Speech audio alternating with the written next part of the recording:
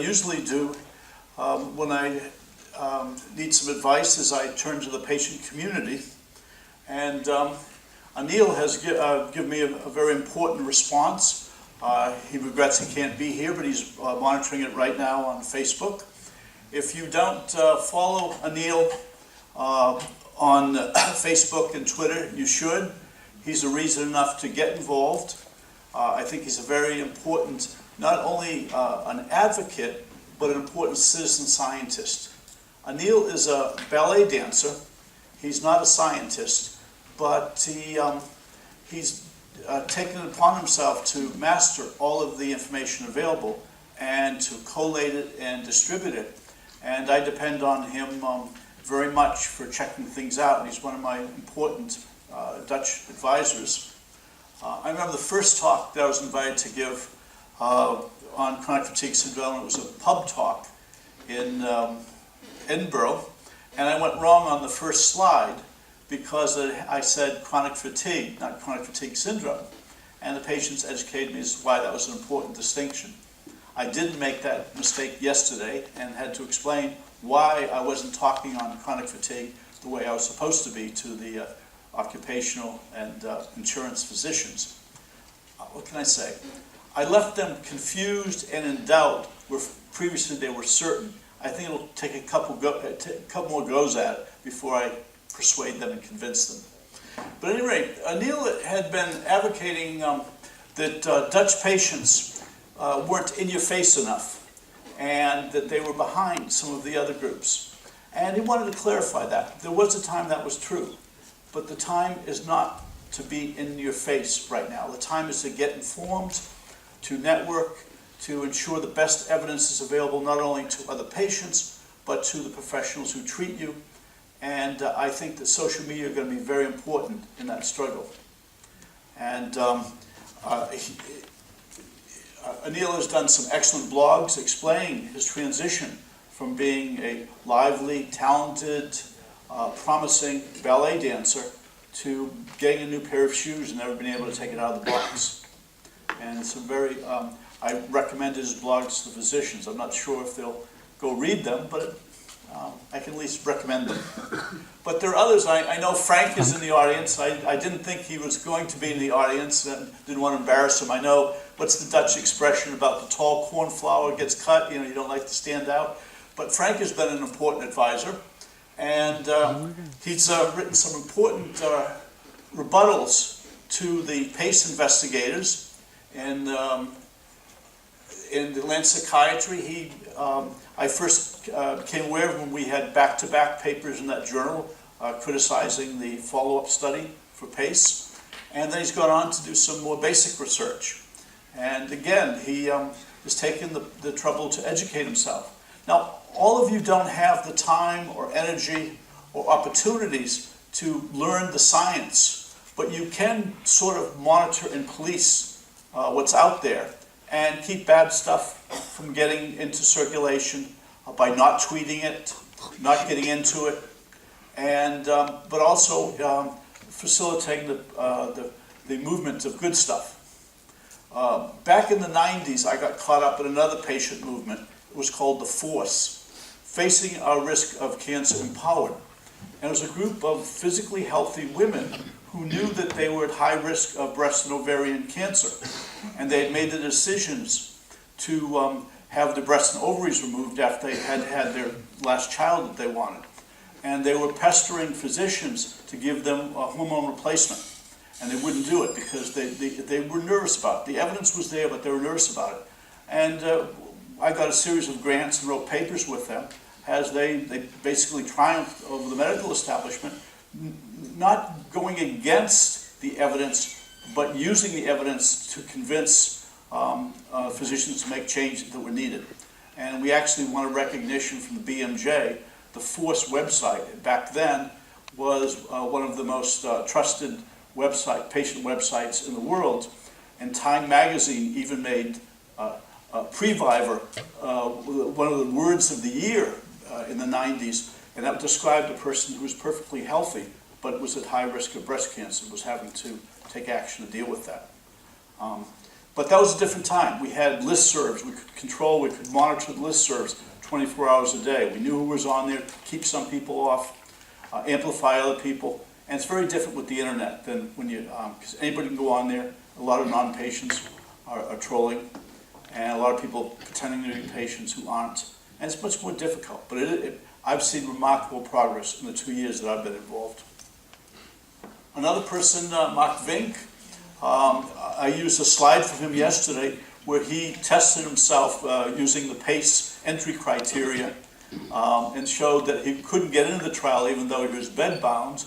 And then when they switched the scoring of outcome measures, so he was now eligible to get in the trial, but was already recovered. And so he was a guaranteed success. And it was disturbing to the physicians yesterday to see a slide from one of their own indicating the absurdity of what they were recommending, cognitive behavior therapy based on the PACE trial. And he's a very trusted advisor. And he's published some papers that really go into detail about the possibilities of recovery.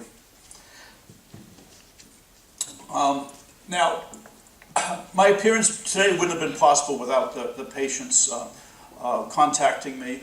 My initial involvement in chronic fatigue syndrome was by patients pestering me.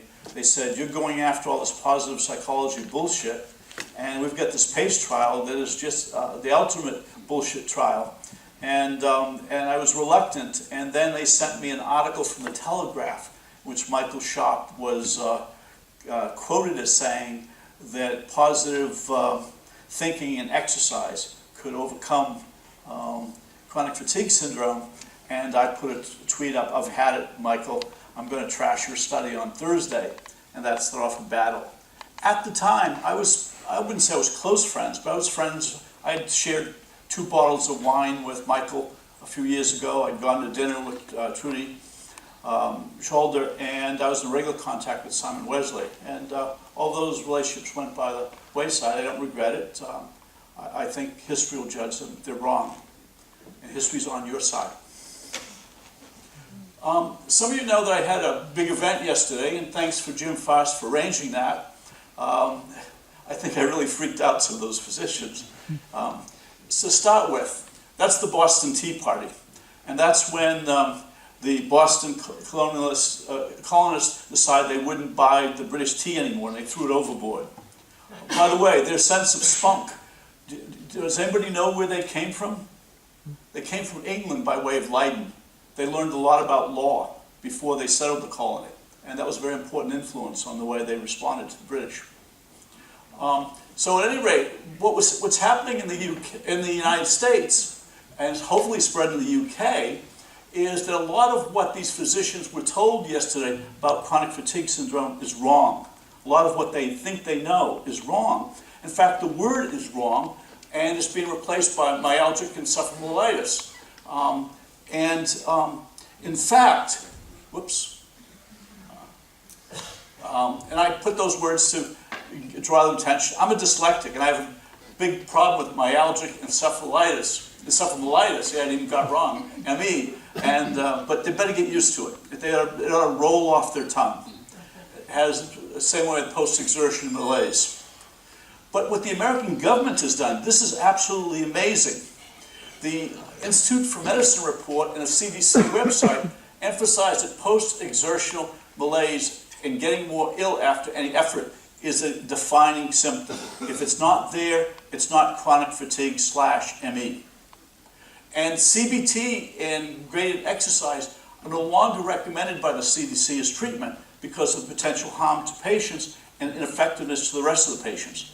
What is really mind-blowing is the Agency for Healthcare Research Quality will no longer accept Dutch studies into their data bank because they consider the diagnoses too loose to be integrated with valid diagnostic. So if you do a trial like FitNet, is not allowed to be entered as evidence. It's inadmissible evidence in the United States because of the loose diagnostic criteria. Besides that, they switched to outcomes. Well, that's a talk for another day. So I'm sure that Cleese Leichenberg is not present. If he would be willing to debate me, I'd fly over on my own dime and come here and debate him. I think he talks such crap. And I'll be blogging about this. But what he says recently in the Dutch media is that the PACE investigators conclude that CBT leads to decreased levels of fatigue and all-over improvement of well-being. Based on supplementary analysis, they concluded that a subgroup of patients made a full recovery from CFS. Not everybody endorses these conclusions, however, their objections are mostly baseless. Hell, I've got more citations than he has. I don't know if that arrogance came from Google Translate or if it was theirs present, but that is an arrogant misunderstanding of the literature. And if we look at the PACE trial, it's discredited Oxford diagnostic criteria. They're far too loose for scientific study, far too heterogeneous a group of patients, far too mild a group of patients, and far too much high psychiatric and physical comorbidity. And a poorly matched control group. I've argued in a number of places that the poor control of nonspecific factors, of support and positive expectations in the PACE trial would have led homeopathy to be shown effective. And subjective self-report outcomes are highly susceptible to whatever mood disturbance and the responsiveness of the mood disturbance to support and changes in expectations. So as I said, homeopathy would have shown, at least homeopathy, it's useless, it's a waste of money, but it doesn't hurt people. CBT and GET can. Now, when you do a clinical trial, you're supposed to register ahead of time, so you publicly commit yourself to outcomes and you analyze them according to a plan that you established. The PACE investigators did that after they had been collecting their data, and they knew from other trials that their pre-decided outcomes would have produced a null trial. They wouldn't have gotten results unless they switched outcomes. And they changed their outcomes after peeking at other people's data. They suppressed analyses that didn't support their view, and I'll come back to that one. And then they ignored international and British requirements for sharing data. Some of you know there have been a long battle with the PACE investigators. They published their famous Lancet paper, but they also published a paper in PLOS One, where I'm an academic editor. And if you publish in PLOS One, you have to have your data available for reanalysis. And so I requested the data very politely, and they refused, and they decided that I was vexatious. That I was, because they actually cited in a court hearing my tweets, saying, look at this threatening guy. If we give him our data, he's just going to embarrass us, and we'll suffer reputational damage if he gets a hold of our data. But I haven't won that battle yet, but I had an important development a few weeks ago when PLOS agreed to issue an expression of concern for the PACE trial paper. And that's the next step before retraction. And I believe that they'll let it be retracted, or they'll cut a deal with PLOS, because they can do that in the UK, but they won't give me the data because they know that I know what's hiding there. If you look at the blue is their claim data in the Lancet paper, their rates of improvers, and then the orange is if they had stuck to the original outcomes. And it's a dramatic difference. As you can see, there's huge improvements for rates of improvement for CBT and GET, but then if you go back to the measures, it goes away.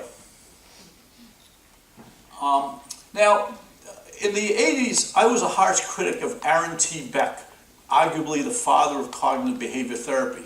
He once introduced me as a party, as a wolf who roamed around his data sets, picking off the weak data. And he said, my herd has some weak members we need to strengthen. And he toasted me. And he invited me to observe him do psychotherapy. And I can tell you, what Aaron T. Beck does with patients is not what's done in the PACE trials. It's not what's done in the Dutch trials. Cognitive behavior therapy provided, is not recognizably CBT by international standards. It's only other people treating chronic fatigue syndrome in these trials that think so. And there's my, obviously that was a while ago for me, and Beck wasn't even 85 then. I think he's in his 90s now. He's just got another grant.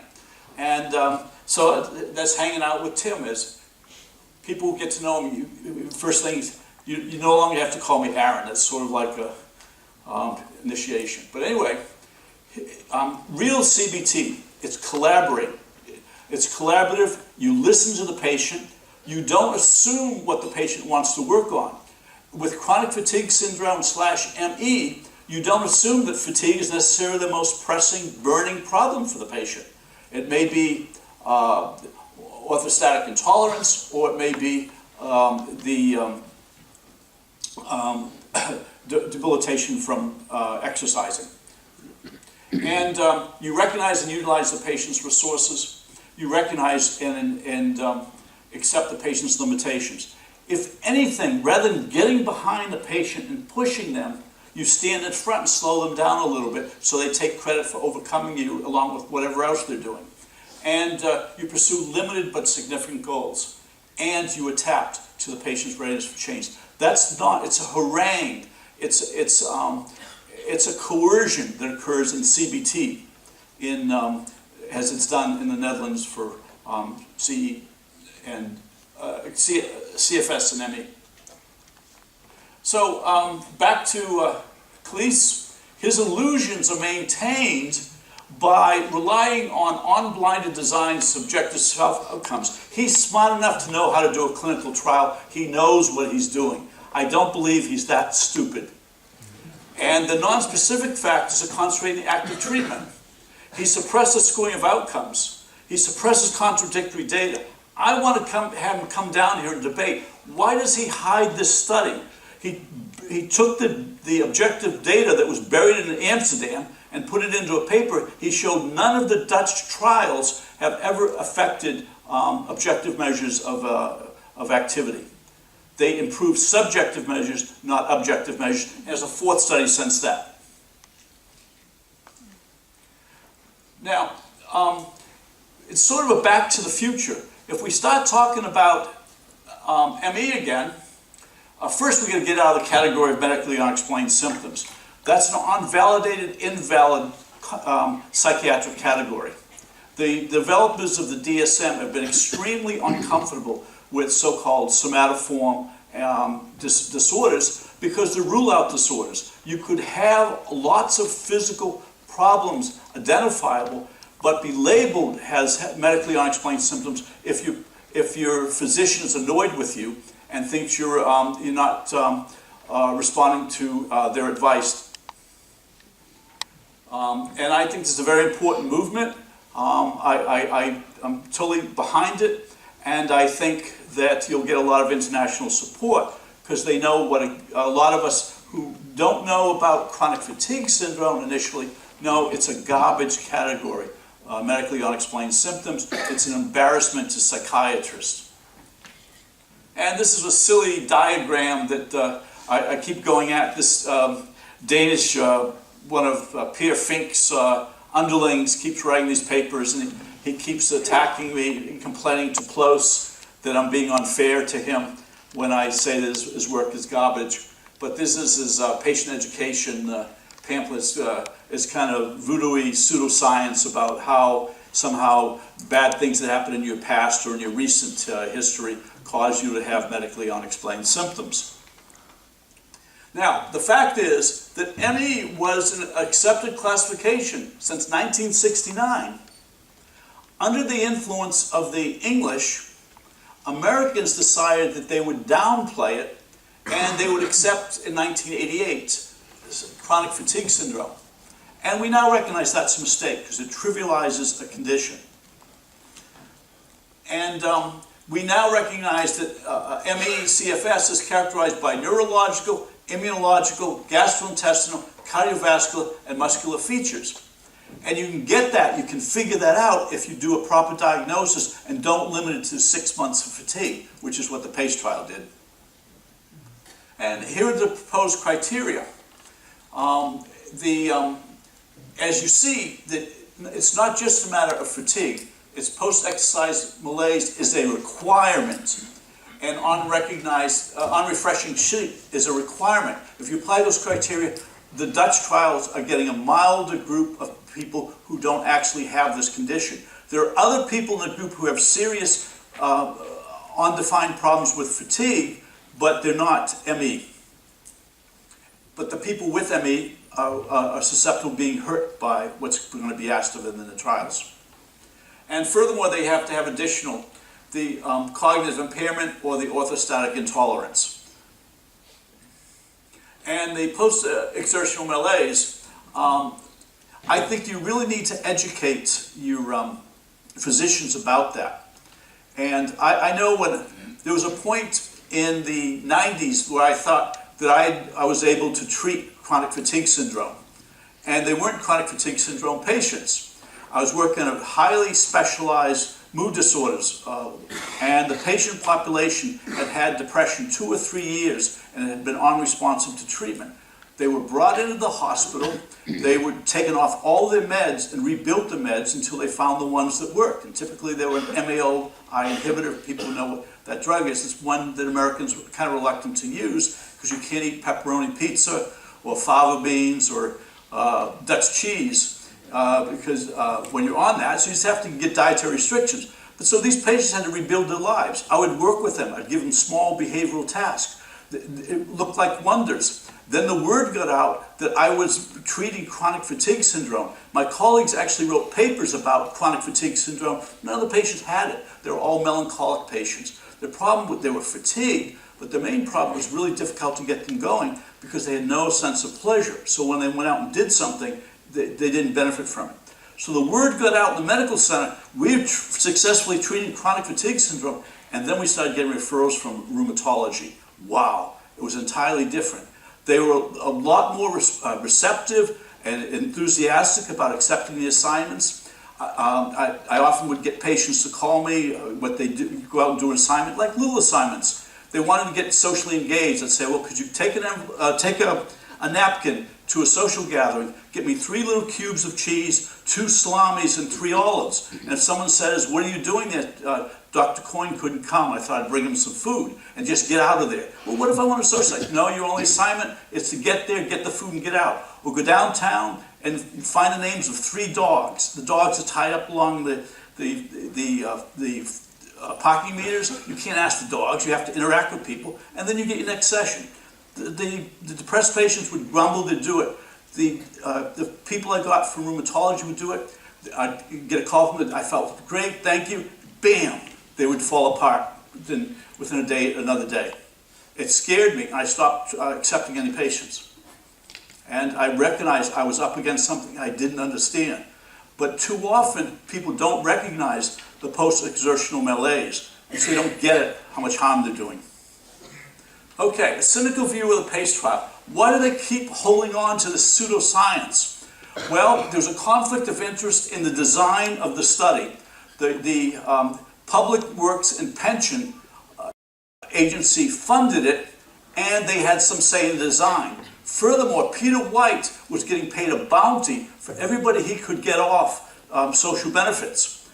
He would get them off not by curing them of their chronic fatigue syndrome with cognitive behavior therapy, but telling those bedbound patients, if you don't get yourself into a therapy session and show your commitment to getting better, we're going to cut off your benefits. He even took away the parking passage, the handicap parking of all his patients, because he figured that would be a last little bit of exertion that they could get by having to walk the distance to the clinic. Sick man. And so I was asked by the Dutch physicians to answer some questions. What are your views about the etiology of chronic fatigue syndrome? But they didn't ask me that. What are your views on the etiology of chronic fatigue? That's a dumb, ill-formed question, because chronic fatigue is not a condition. It's not even a symptom. It's a whole body alarm state. It's a reaction. It's a conservation response. So you have to get more specific. And if you start introducing other criteria consistent with ME, then we can start looking at a full range of etiological factors. The next question they gave me, can you provide an overview of research and psychological treatments for chronic fatigue? Yeah, it sucks. Next question, can you critically appraise the current scientific evidence for treatment modalities such as, for chronic fatigue, such as cognitive behavior therapy and great exercise therapy? Yeah, if you're lucky enough to get a patient that doesn't have chronic fatigue syndrome, they'll probably benefit. A lot of patients benefit from exercise, but patients with chronic fatigue syndrome are different. There's a potential of being harmed by these interventions, and mostly it just won't work, period. And so with the aim of returning to work, which should be the treatment of choice? Evidence-based in the case of chronic fatigue syndrome. Well, again, if you're in the Netherlands, who knows when you say chronic fatigue, patient with chronic fatigue syndrome? The standards don't, the diagnostic criteria used don't meet international standards. But as Anil once said to me, he said, ME and return to work don't belong in the same sentence. And there is, over time, there is a significant minority of patients who can intermittently return to work, but it's unrealistic to expect that for all patients. And you do them harm. You're holding to unrealistic goals. It's like back when I was director of behavioral oncology at the Abramson Family Cancer Center in the University of Pennsylvania, and we fought so hard against those people who claimed that fighting spirit would overcome cancer. You can go into therapy to deal with your cancer, but fighting spirit does not extend your life or slow progression. And in the absence of evidence-based psychological treatments, what elements of non-specific support can be offered? Accept patients where they're at. Listen to them. And I think this is very important for the future, pacing. One of the evil things about the PACE trial, it was aimed at discrediting something that's very healthy for patients. Knowing their own limits and adapting to them as they fluctuate. Adapting their exercise and their output to what they feel they can do. Revise those assumptions when they need to. That's a normal, healthy process. What the PACE trial did is they started coercing people to go do more. And they hurt people. It's surprising, though, in the long-term follow-up, the patients assigned to the adaptive pacing actually did as well as anybody else. And I think they probably went back to their own approach. So I think in the future, one of the goals ought to be recognizing that adaptive pacing is not what was studied and I think we've got to protect patients who are discovering its value on their own. Okay, if you want to follow me, I get in lots of trouble. Post at the request of the PACE investigators, shut down my blog, but I just started it up elsewhere. And you can sign up and you can find out about everything I'm doing, ebooks, whatever. And expect me to be in Cleese's face in the next week or so. Thank you.